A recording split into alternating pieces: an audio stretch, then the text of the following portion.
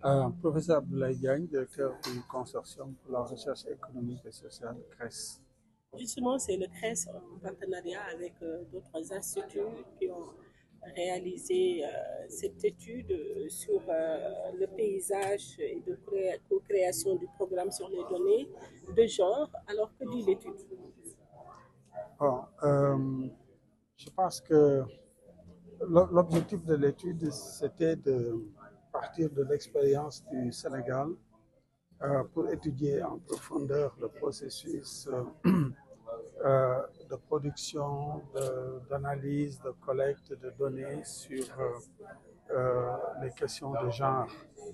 Et c'est une étude qui a couvert un très grand nombre de domaines qui a complété les informations qui pouvaient être disponibles dans les bases de données, dans les rapports, par des interviews qui ont été menées auprès des responsables d'institutions gouvernementales, des responsables aussi dans le secteur privé ou bien dans les universités, des centres de recherche qui s'activent en matière de production et d'utilisation des données. Ici, l'accent qui a été mis sur les données relatives aux inégalités de genre, en ayant pour point de mire les 17 objectifs de développement durable du système des Nations Unies, mais avec un accent particulier sur les inégalités de genre.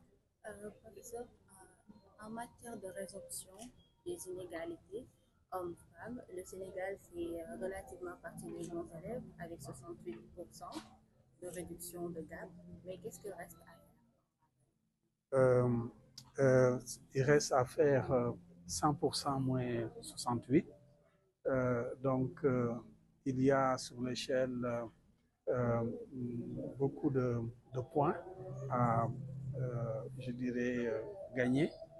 Et il ne reste que 5 ans parce que les objectifs de développement durable ont pour horizon 2030, ce qui veut dire qu'il y a besoin d'accélérer les progrès qui ont été réalisés en matière de réduction des différences entre les hommes et les femmes. Les inégalités, on les retrouve dans quel secteur d'activité en général? Bon, partout dans tous les secteurs. Maintenant, il y a des différences. Par exemple, nous savons qu'en matière d'éducation, il y a des progrès très importants qui ont été réalisés.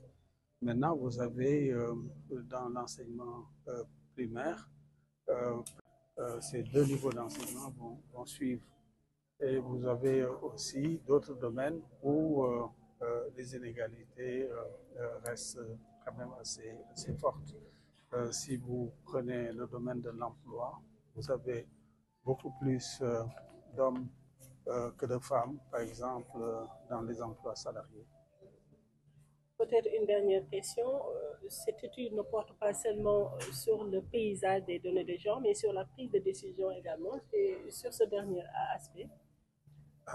Oui, vous avez bien raison de souligner le fait que ces données, il y a nécessité de les collecter, de les bien étudier, mais dans une perspective que, à savoir l'utilisation de ces données pour bâtir des politiques, pour bâtir des programmes qui visent à réduire, une fois encore, les inégalités de genre. Et dans pratiquement tous les domaines, on a besoin de ce type de données. C'est bon, on peut passer à la version là. Voilà, professeur.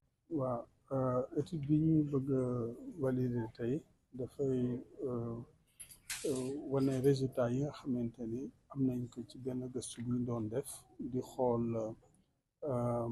ay information ay données yoo xam ni moom la ñuy jëfandikoo su fekkente ni dañu bëgg a xool góor ak jigéen lan mooy seen différence et ñu jéem xool aussi différence boobu nan lañ koy wàññee ba nga xamante ni góor ak jigéen ci yelleef ci am ci mën-mën daañu tolloo. données yi lan la joxe différence yu bëri na. inégalité bi.